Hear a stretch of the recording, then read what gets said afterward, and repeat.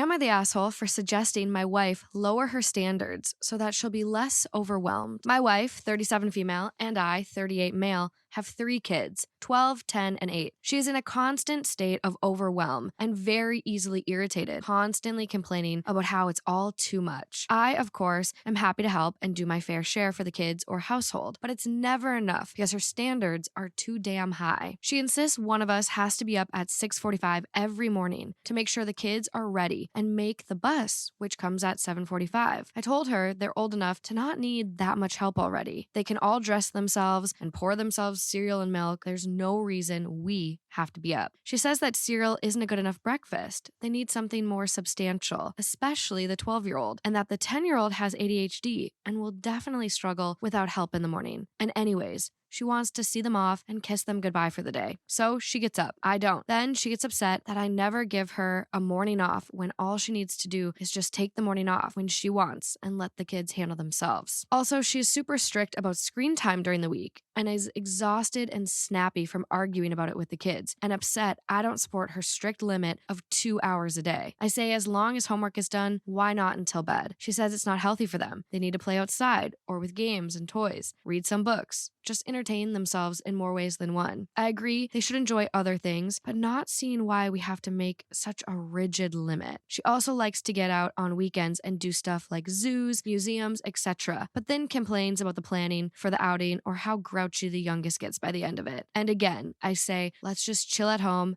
And Viola, you've cut the work. I'm an engaged and active parent. I'm not trying to get out of it, but I don't think I should have to help my wife dig herself out of her own self-created holes. She creates the stress for herself and then turns to me to alleviate it, which I think is unfair. Am I the asshole for telling her she needs to do less and then she won't need this level of help? Oh, that is a very, very good one. That's a good one, man.